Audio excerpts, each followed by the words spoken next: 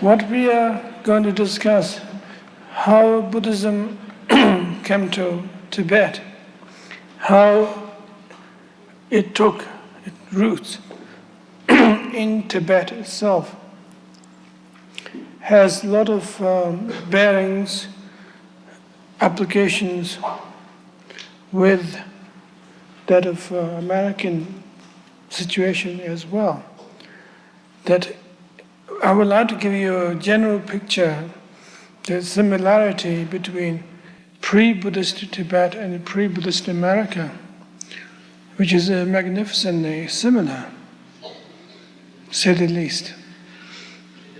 The sense of savageness, if you pardon me, and ruggedness,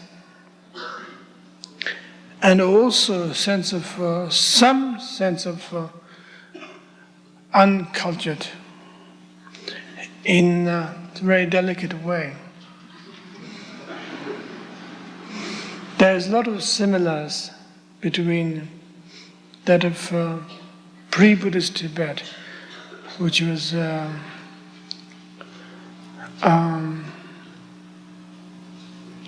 7th century,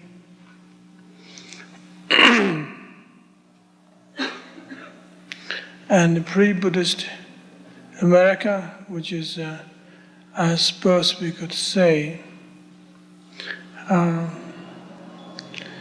during the 60s. Hinduism in America had provided a lot of basic spirituality, basic background. Maybe we could say to the extent that propagation of Hinduism is based on that of spiritually materialistic approach.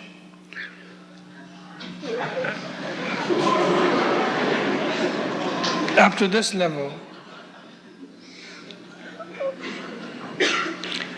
as much as the Burn tradition of Tibet had developed in Tibet itself, which is national religion, it seems what happened with the introduction of Hinduism in this country as concerned that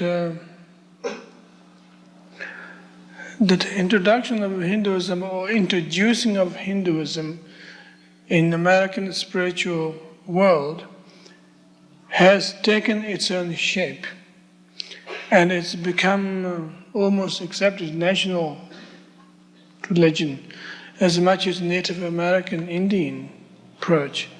Both mingled very easily, very beautifully, work together. That presentation of Hinduism has provided a lot of solid ground as well as a lot of frivolous ground at the same time. That it has been partly that people want to get high on a certain spirituality, certain spiritual trips. Such things being also presented so they could get high on spirituality. But at the same time, the presentation of Hinduism provided enormous dedication to spirituality, that it is a work that involved to develop oneself. That a lot of young Americans have inspired by this. I'm sure a lot of you are included in this particular movement, so to speak, which is a similar situation with the Tibetan Burn tradition, which is pre-Buddhist religion. As far as the Burn tradition is concerned, it is purely nationalistic, as much as that of Shintoism in Japan and Hinduism in India. Burn tradition has provided enormous stepping stone, enormous ground, maybe somewhat spiritually materialistic, but nevertheless, it is a jumping board before you dive into the swimming pool. That enormously powerful and good and very dedicated one.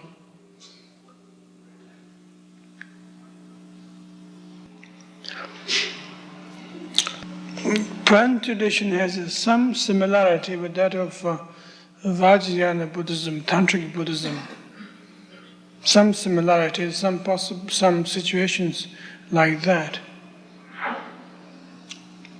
But at the same time, the Pran tradition has also its weakness of going along with the social customs alone without experiencing, without working with spiritual disciplines. The basic idea of spiritual discipline here is that getting away from any entertainment, any feedbacks that you might need, you might require. But true spirituality from this point of view is non-materialistic, that doesn't need any further feedbacks, but you maintain yourself as you are, whether you like it, whether you don't like it. But the path that you're already involved, so nobody can save you from yourself involving in such a path. You're already there. You're stuck with it, whether you like it or not. That's the kind of situation of a true involvement in spirituality, is that you are stuck with it.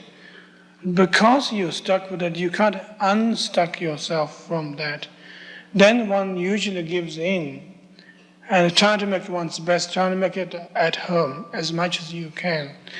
And then one begin to evolve oneself, one begin to realize that there is a further exploration is necessary and takes place as you go on. So Pran tradition is one of those situations that the basic Pran situation is that of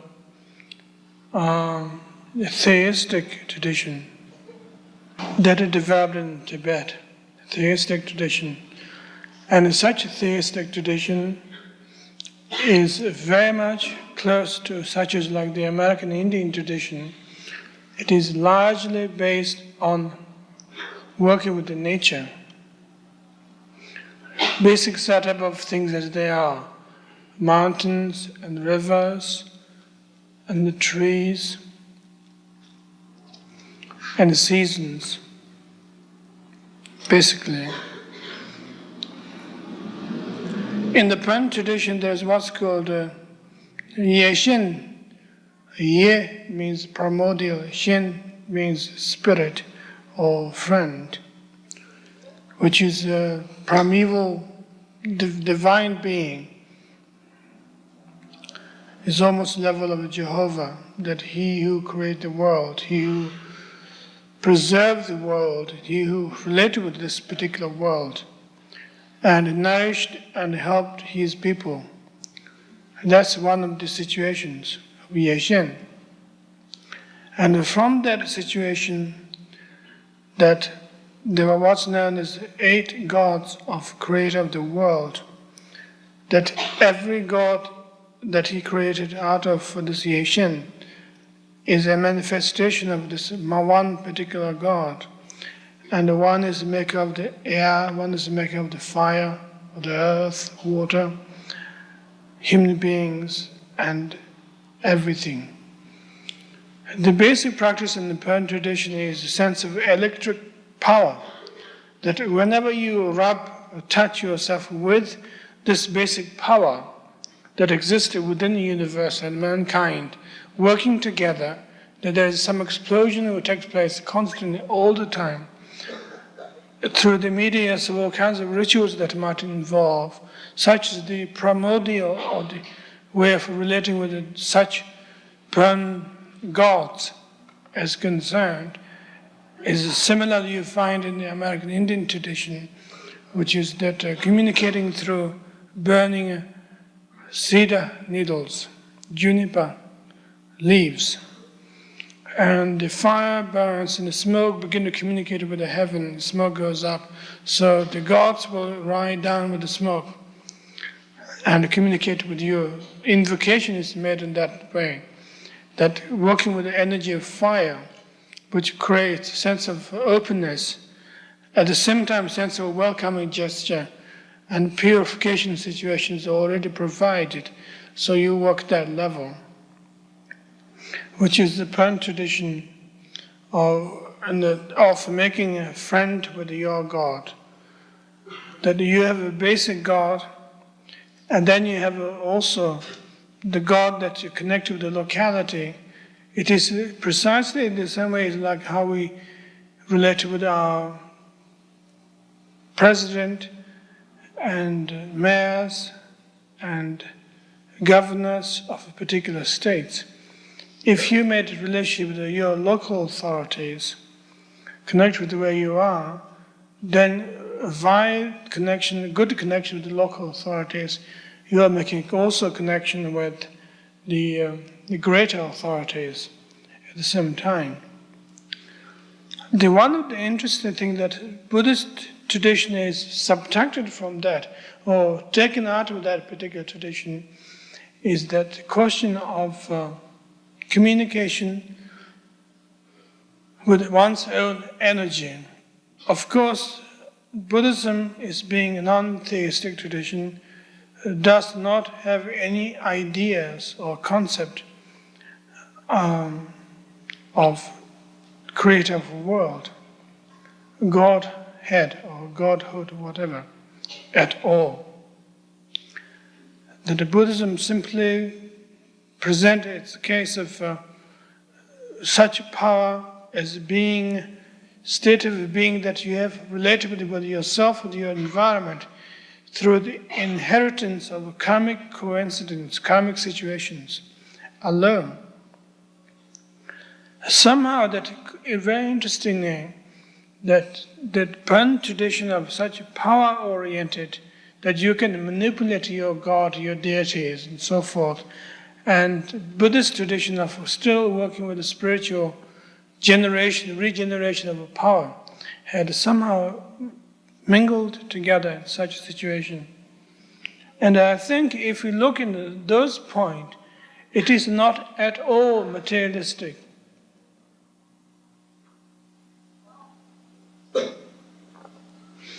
I was thinking in the same way that we could relate with the American Indian tradition as well, that we don't have to relate with the American Indian tradition materialistically and just purely trying to be good. Otherwise, there's no link. If you're being bad, you'll be rejected. If you're being good, you'll be accepted. And then there's link.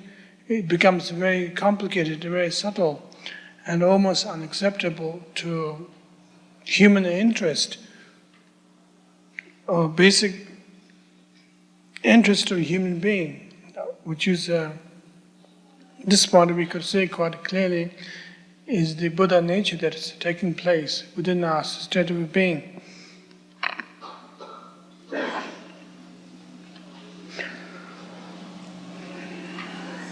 Interestingly, that Tibetans did not go through enormous torture and pain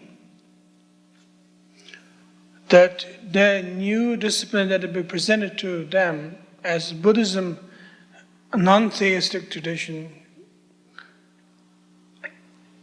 that somehow the Pernists did not regard that as a threat to their existence, particularly at all. They are more interested in the cultural orientation of working with the food and working with a certain particular costumes and working with a certain particular social setup, which is maybe could be said as a parallel to that of Judaism, that Jewish culture is deep-rooted in social setups of family, food, and some kind of cultural dignity. Similarly, that question of Pern tradition, that Pernpus or Pernists did not reject Buddhism outright, being hedonist or whatever you like to call it, non-believers. They invited Pern tradition. Pern situation invited Buddhism coming into Tibet. as early as the 7th century when the king Songtsen Gampo, who actually introduced the question of loving kindness and Buddhist notion of compassion, that there is no ego, no self, there's no God to help you. But only way to work with each other is working with the basic being of oneself, working with another being. Helping each other is not based on authoritarian approval of hierarchical, spiritually transcendental creator of anything, but the working with the other is just purely humanistic level. That such tradition developed in the early stage, that maybe such person as King Songtsen Gampo was very clever. That he, instead of raising the question of theology, does God exist or not, he turned his point of interest in Buddhism as purely that humanitarian level, that one does not have to protect one's territory, that one can give whenever you want, and giving is a mark of Buddhism. Non-aggression is a mark of Buddhism. That's the basic point it developed. And maybe that's how the cultural situation is mingled, that quite different from that of American situation, maybe you could say, is that there's no retaliations involved. There's no question of replacement. The old culture didn't work, therefore we need a new one to replace that. Such a situation was no particular question at that point. And existing culture goes on, Pern tradition goes on, but nevertheless that Pernists, the Pampos, should think twice. Have they extended their hospitality to their fellow men? And their compassion should be questioned twice. Their generosity should be questioned twice.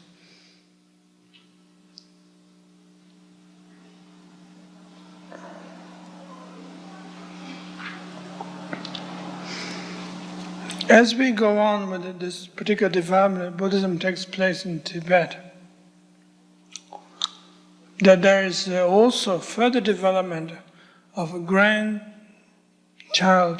of King Songtsen Gampo, which is the King Trisong Debtsen, who invited 108 Indian scholars, pundits, and began to introduce Buddhism in Tibet.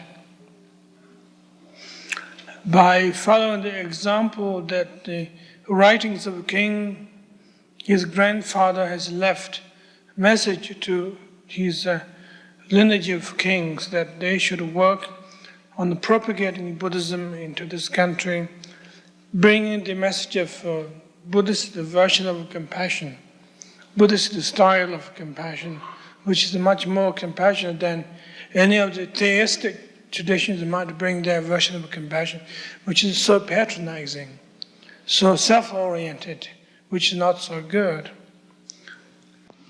So non-ego-oriented compassion is much better, and therefore this country could use a great deal of that approach. And therefore future generations should be trying to work with the Buddhist approach of compassion and non-aggression.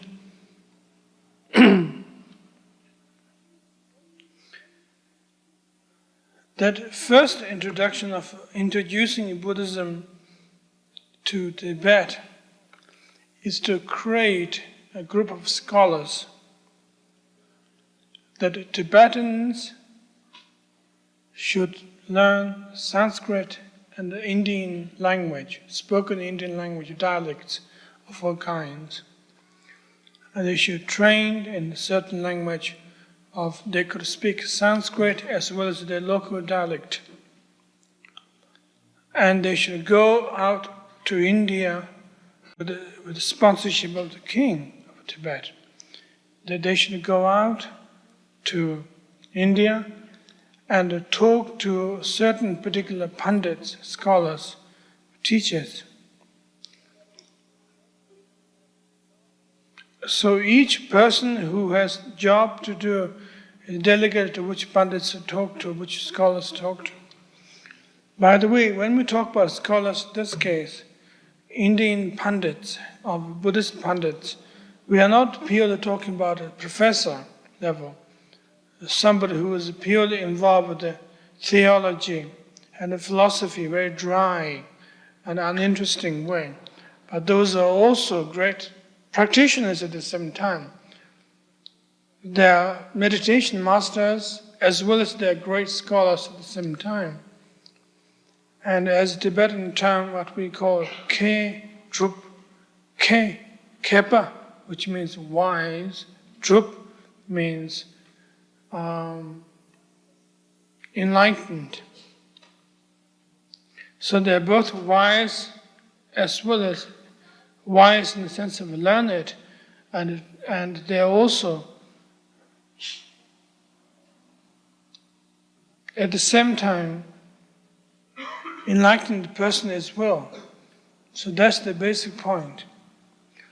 And such scholars are available those days, which we begin to feel these days in the traditional American 20th century. We might have learned people, but we don't even have wise people, let alone enlightened one. So here we are. Maybe the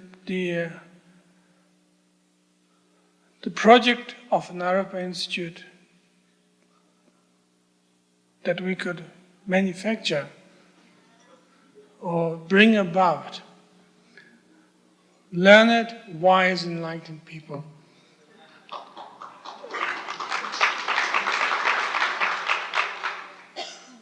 And you are the students, so it's up to you.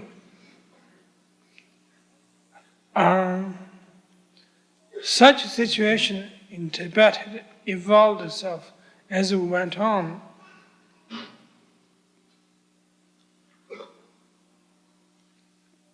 That the Tibetan translators who went to India cannot communicate with any of the pundits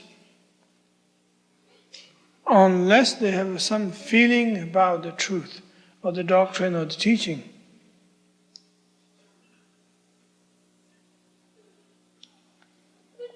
Some kind of feeling, some kind of intuition that they could communicate to relate with the truth.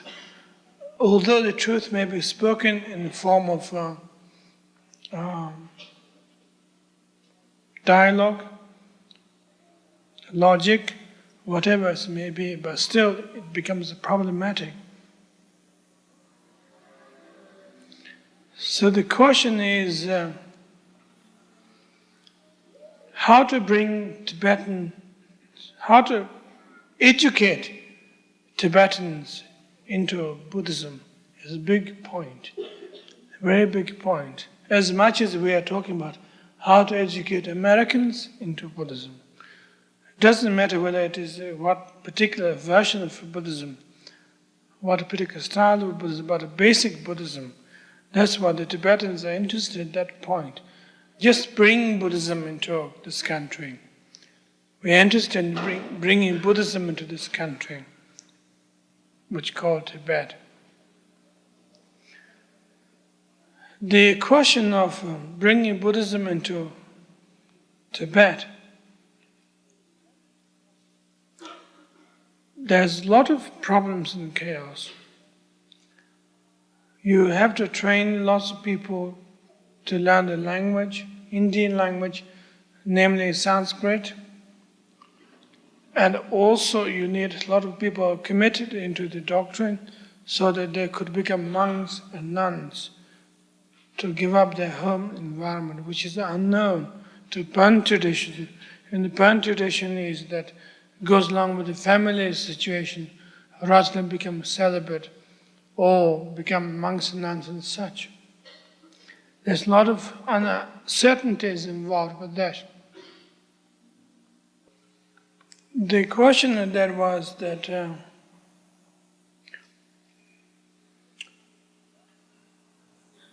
introducing a monastic system into the country is a good idea, but at the same time introducing some situations of yogis, which means that people could lead their household life situation, but at the same time they become highly expert in the doctrine, into the teaching. Such ideas was introduced after Shantarakshita came to Tibet and Padmasambhava came to Tibet. That idea was introduced that there could be two types of sangha. Sangha means community, spiritual community. Two types of sangha. The sangha that is associated with thoroughly removed from the world, the hustles and bustles of the world as such. And also at the same time sangha that is connected with dealing with hustles and bustles of the world at the same time. So two types of sangha has been introduced in Tibet. The yogis lived in the mountain, in the valley of Samye, and scholars lived on the building of Samye, and monks were accommodated there. So there were two types of situations, that monks and nuns, scholars lived in the plain and the valley.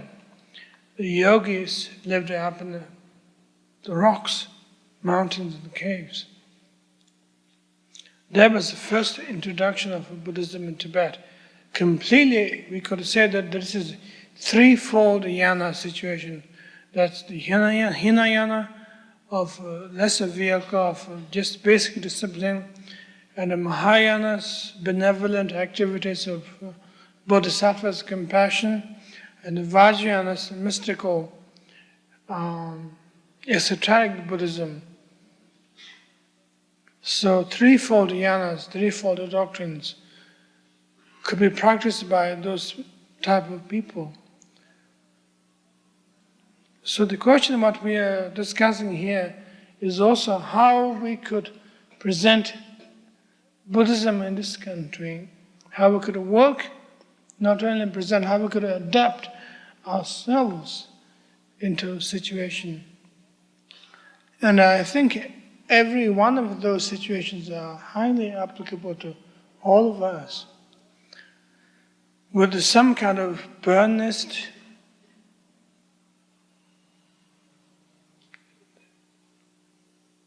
theistic disciplines that we have already, but at the same time that we could also get off that particular indoctrination, that we have no free will to do what we want, but we are constantly hooked up with some hierarchical divine being up there. If we did something wrong, we would get punished. And it is advisable that we might get off that hook. That, let me put it very simply. And if you did something wrong, sky is not going to fall on your head and kill you. But if you did something wrong, you're going to suffer individually rather than sky falling down on your head. The sky falling down on the head is the theistic tradition, that there's somebody is going to say no and clamp you down and put lid over your head so you can't breathe. But the other one is more relationship situation, that if we hit brick wall with our fist with enormous anger, we're going to get back on our fist that we need more bandages.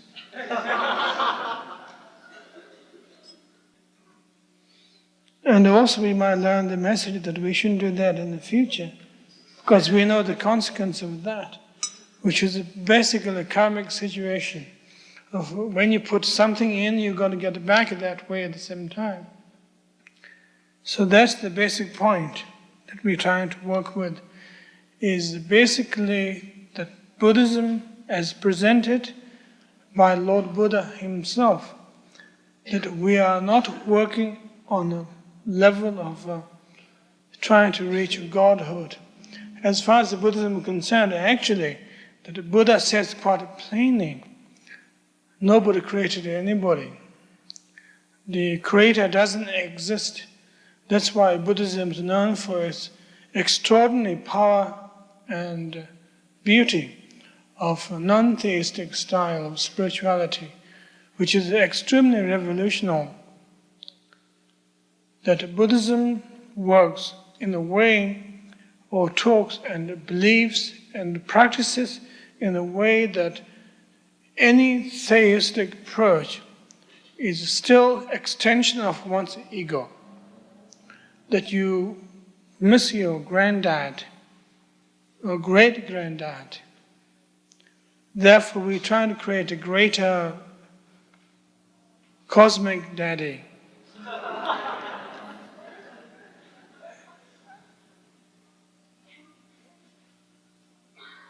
And also, it is time for us to grow up and not fantasize on those particular level. We do not need great daddy,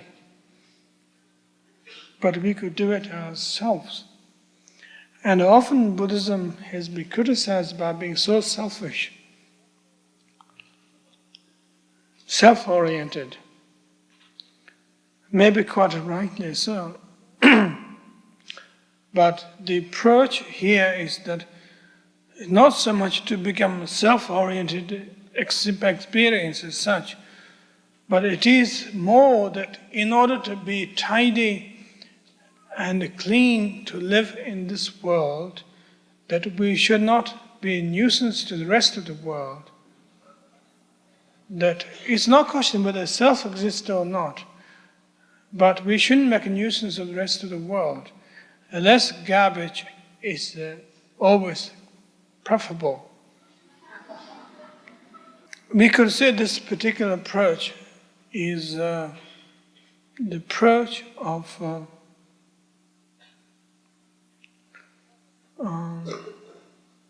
ecology, that mind is the creator of garbage.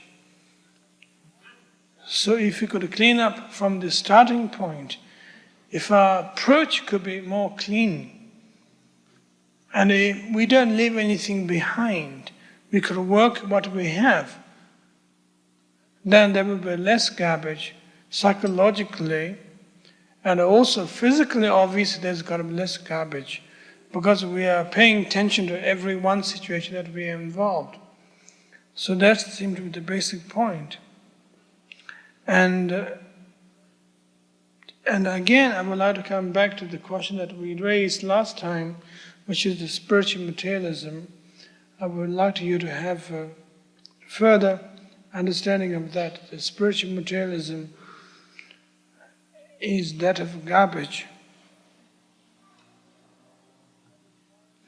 That we go to the supermarket, we buy a certain particular package which you think is good for us because it's written on it, and we take out the package, we take out the bottle out of it, we begin to drink it, and then what we have left is the bottle as well as the package. That's why spiritually it becomes materialistic.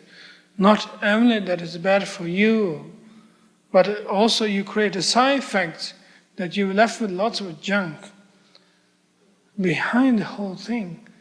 So it is worth thinking, if we want to tidy up the world, we should think about the basic point as far as we could get, where all this junk came from. It came from our mind. If there's no mind, there's no junk. So that's the basic point. Of no mind is egoless. So you can work in a certain way. That is highly possible. So I would like to leave at this point, and we could discuss later on the further details of the path. If anybody would like you to ask questions, you're welcome. Is there microphones and so forth? Or are you doing without it?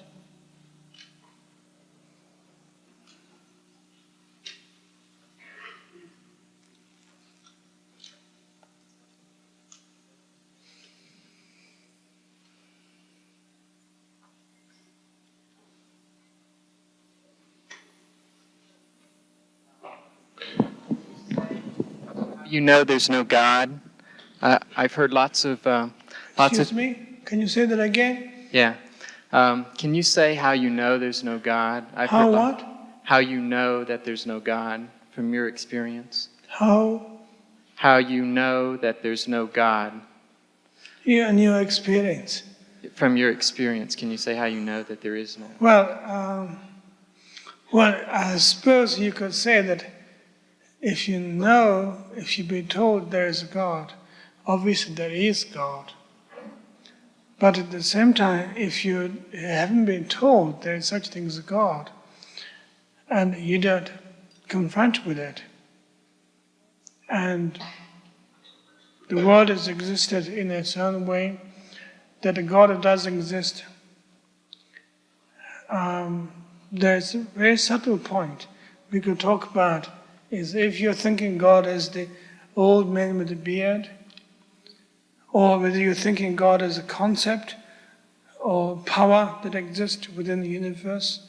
So it is a very difficult answer with the one question, and you should properly define what you mean by God.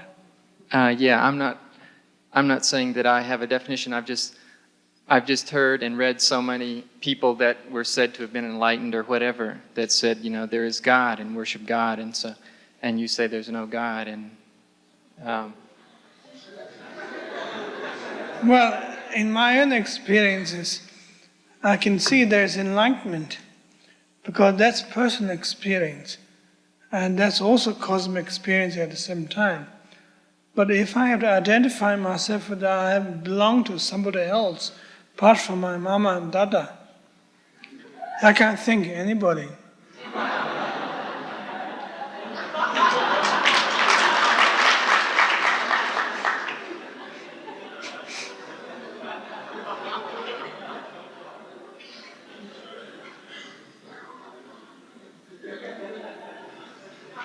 Forgive me.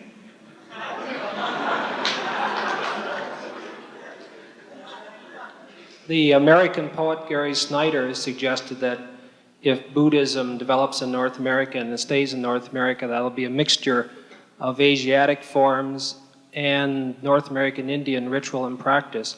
Do you have any comments on this?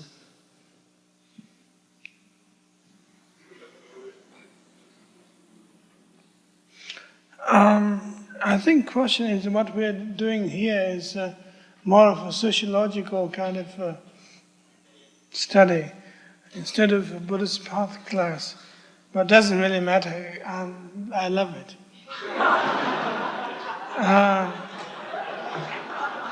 Let's discuss, yeah. One of the basic conflict that exists between Buddhism as such and American Indian tradition, basic conflict, is that the question of warrior. In the American tradition, American Indian tradition, the question of a warrior is being a killer without fear.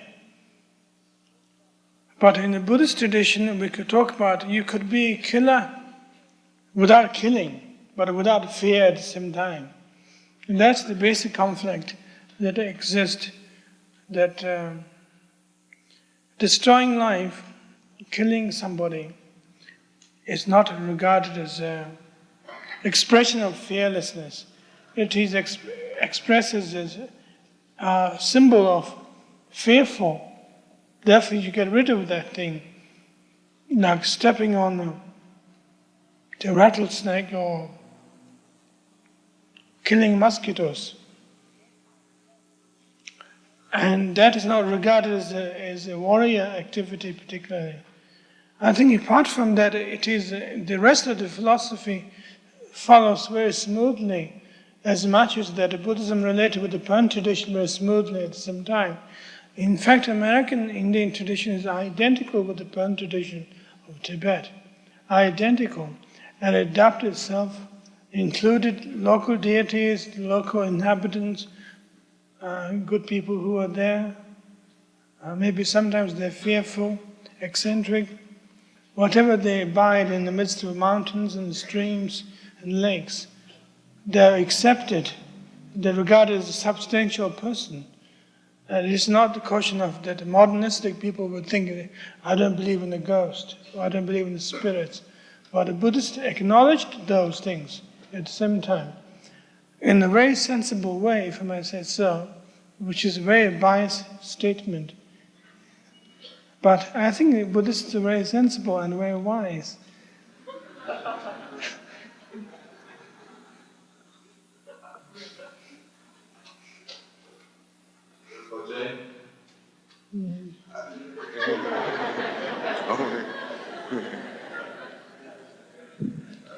Yeah. When did Buddhism come to America and to India? When did Buddhism come to America and to India? In what years?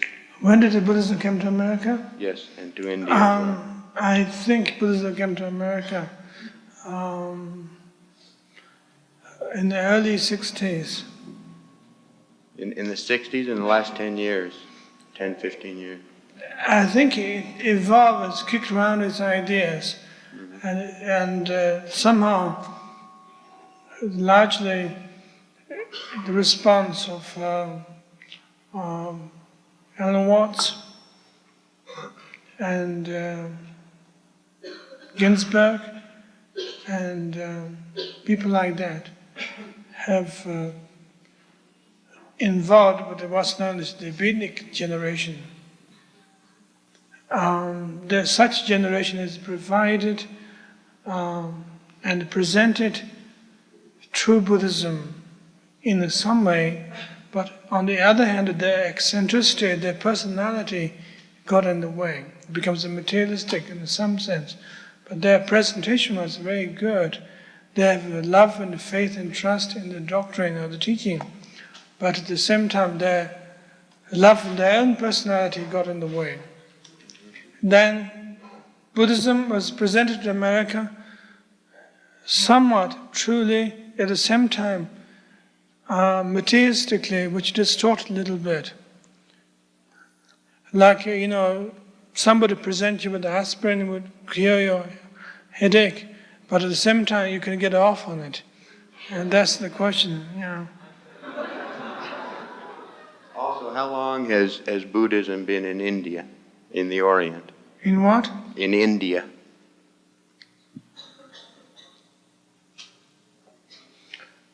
Uh, 2,500 years.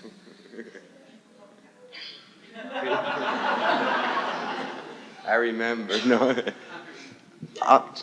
In Tibetan situation, Buddhism has been there about since the 7th century, as I've described. Mm-hmm. What can you tell us about friendship? Well, if you have something to hold on to, you can't have a friendship. We are not talking about the TWA airline.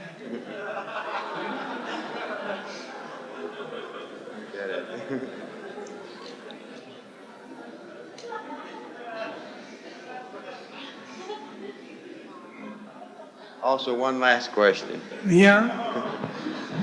Please. Okay. What can a person hope to obtain from following a spiritual path, a spiritual life? What hope? What can a person, What? how can a person increase himself by following the spiritual path of the Well, spiritual yeah, I understand what your question is. Sure. Well, you know, this is very interesting question that you said that how can a person could increase the spirituality in the spiritual path, enlightenment. The question seemed to be is that how a person can reduce themselves into without ego, then maybe some kind of increased situation develop. But basically, it's a question of reducing into nobody. And when you begin to develop complete egoless and nobody, and it's a question of almost, we could say, quite legitimately, according to the teachings, we could say that how can I reduce myself into a nobody?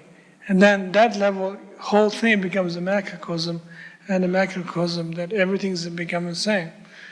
Because how does humanity benefit from this? well, to begin with, not make a nuisance.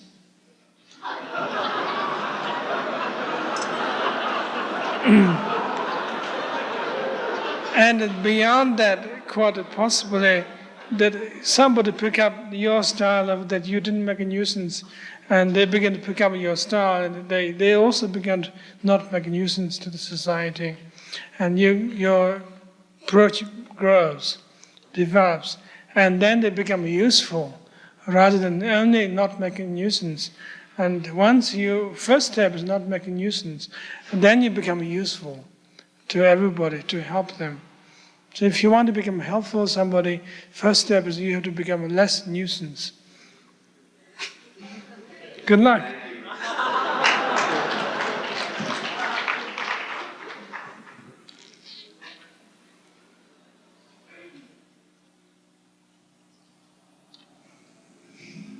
How does reincarnation fit into the Buddhist system? I was hoping to discuss that, particularly in, I think it's been planned, I'm not sure, but I'm going to discuss that as we go on with our course. And we're going to discuss in great detail. There is reincarnation, though, in the Yeah, Buddhist system. the question of reincarnation.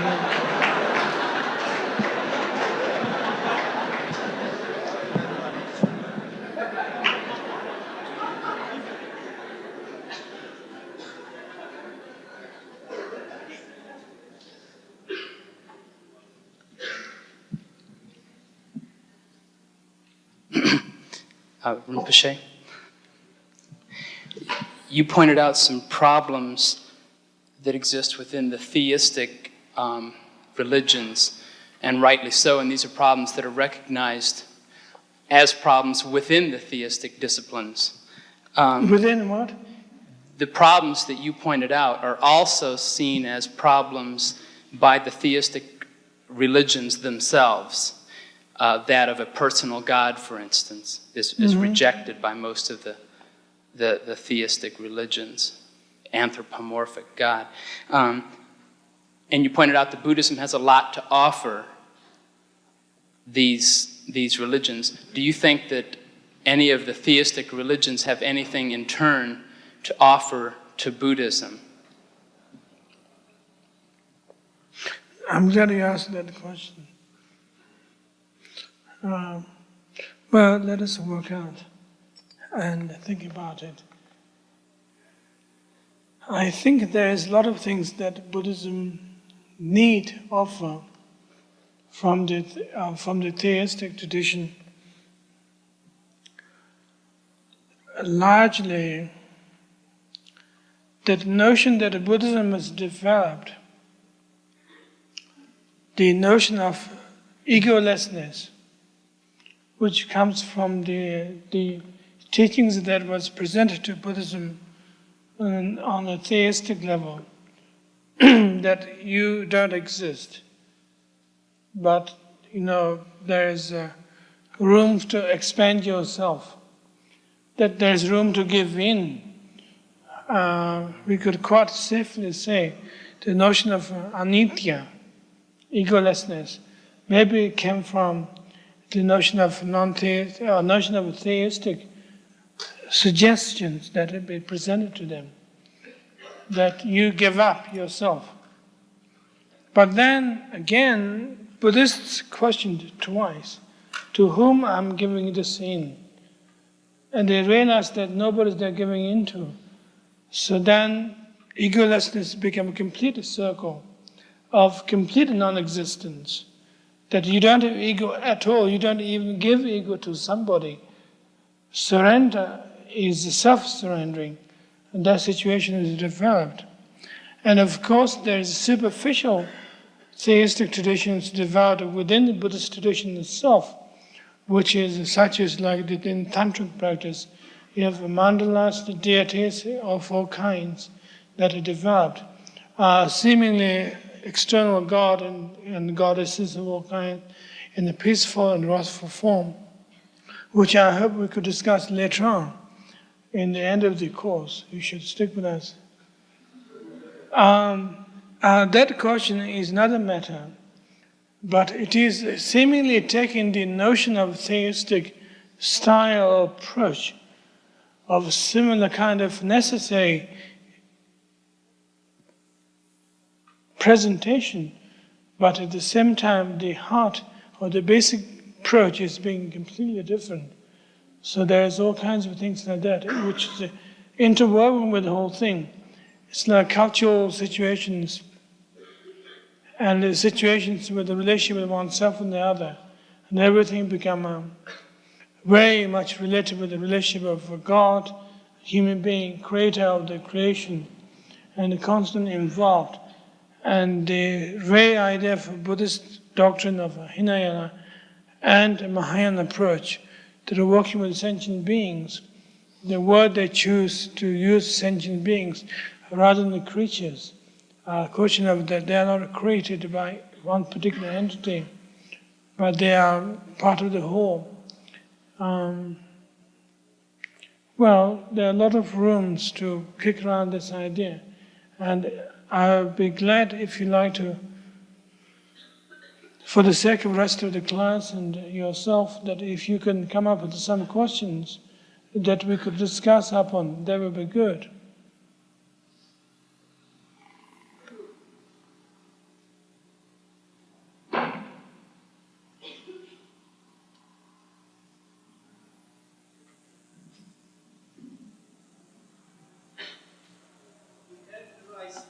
Hinduism in America is spiritually materialistic. Whose Hinduism are you talking about? There's different strands of Hinduism in America right now. Can you repeat your question, please? In the beginning, you said that Hinduism in America is spiritually materialistic. Whose Hinduism do you talk about?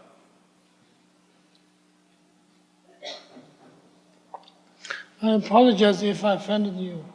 No, I'm not a Hindu. I'm German.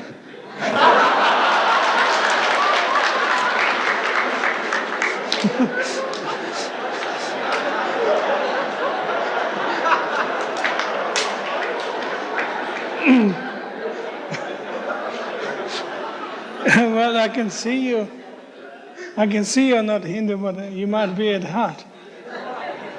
But however, that question that concerns this point is that we have a lot of Indian immigrants coming from India to sail across, fly across to America. There are a lot of teachers. In fact, as a matter of fact, at one point, there was more teachers than there were enough students.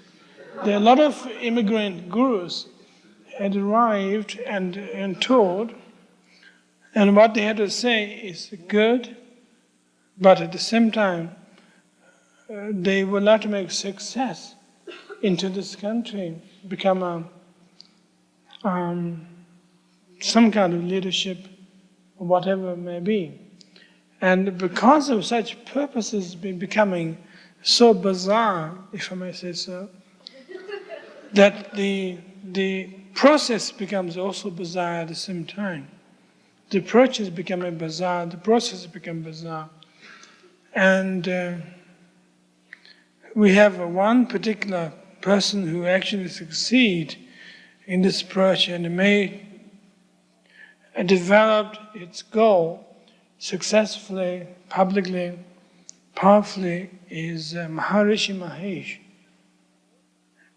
And there are also hundreds of yogis studying and contemplating and thinking in terms of how come Maharishi Mahesh did big hit, and how can't I do it?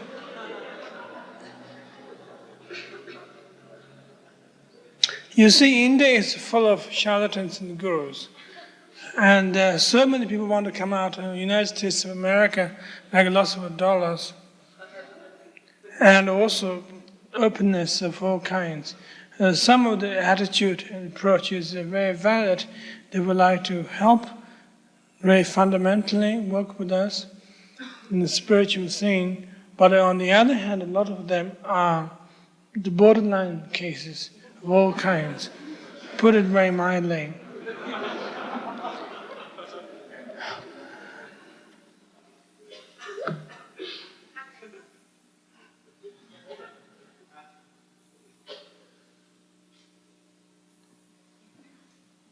Rinpoche, I want to pursue this question of theism. I'm not speaking so much of a very naive theism when I ask this, but would not a complete submission of oneself to God, however that's understood, lead to a similar kind of thing of which we're speaking of here, that is non-expectation of any reward and the destruction of this ego illusion? You see, the question is there, is that submission, expect reward. That has become the problem actually. That when you begin to submit something to somewhere and any kind of higher divine power, that you expect a reward of some kind. And it is automatically becoming a business transaction. And some kind of expected deal or something's taking place. And that has become an enormous problem. That I'm sure the Christian mystics have faced that problem at the same time. I think we should talk more. Would you like to ask any more questions? Just one more point. I noticed among many Tibetan peoples great devotion to Chenrezig or Upame or something like this. And I don't Creating think what? great devotion and submission to Chenrezig or Upame or some deity-like figure, though not creator. And I was wondering how this practice... Well, I think that's equally exactly the same thing. That Hinduism was presented in this country, have very successful popularity, because that whether you call Jehovah, whether you call Brahma, it's all the same thing we are worshipping. But in the Buddhist level, we can't quite say that whether you're worshipping Chenrezig or Avalokiteshvara or Tara, we're worshipping some god. We can't call them gods from that point of view as creator as such, which is impossible. And it's contradictory, in fact, that such principles have risen from non-ego level, non-creator level. And we have some kind of problem there, basically.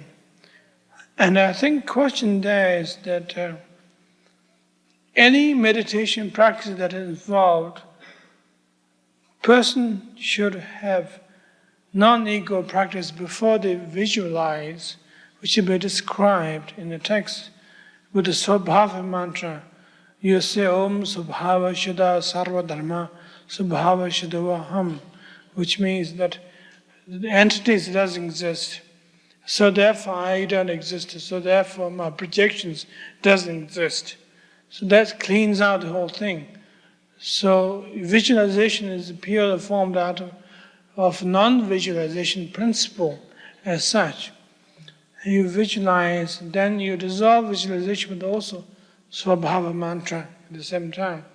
So I think that's one of the basic importance at this point, that any visualized practice that developed in the Tibetan tradition cannot be carried out unless they stick their approaches exactly the same as the theistic traditions, unless they equate with it. We can't do it. As Buddha described in the tantric traditions, that it's been said that if you visualize without format of formless meditation, then your visualization is creating Rudra, which is an ego-centered monster. That's being presented in the case, in the books at the same time. So I think that's the case.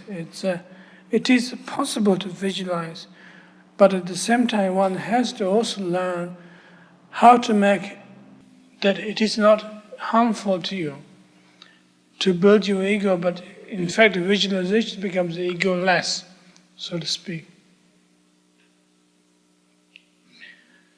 Ladies and gentlemen, I think we should close our meeting tonight.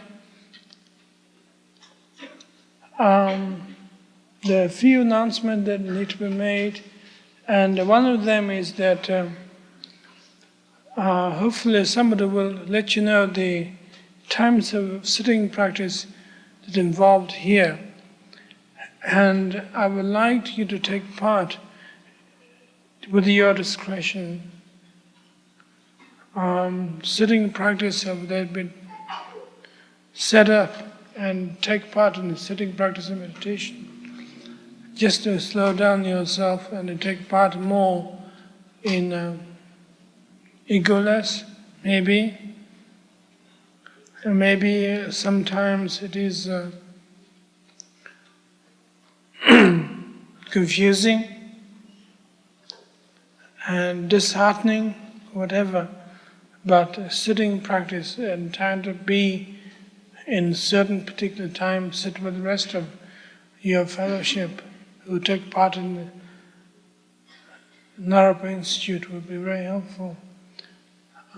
Anybody has the schedule of sitting practice? It is already posted? Okay, why don't you see that? It is already posted on the wall? Front door. Okay, well, you're all invited to sit with us. One of the eccentric point about Naropa Institute, unusual to any other university, is that we have made enormous and powerful emphasis on the sitting practice of some kind is very necessary and very important. Not only that I feel that you should be converted into Buddhism as such, particularly, this is not the point, but to get your own head together, as they say, in hippie language. I think it is necessary to just slow down for a few minutes, few seconds, or given time. Just come and sit and do nothing, which is a very important point. And this place is dedicated to that particular approach. So I hope you could use this place. You're all invited. And I'm sorry to say that first few days we have more things to get together, getting this hall together and things like that. But it is always available for you. And also it is possible that you could invite your friends to take part in this. So please try to join us by this particular project of doing nothing. Thank you. Good night.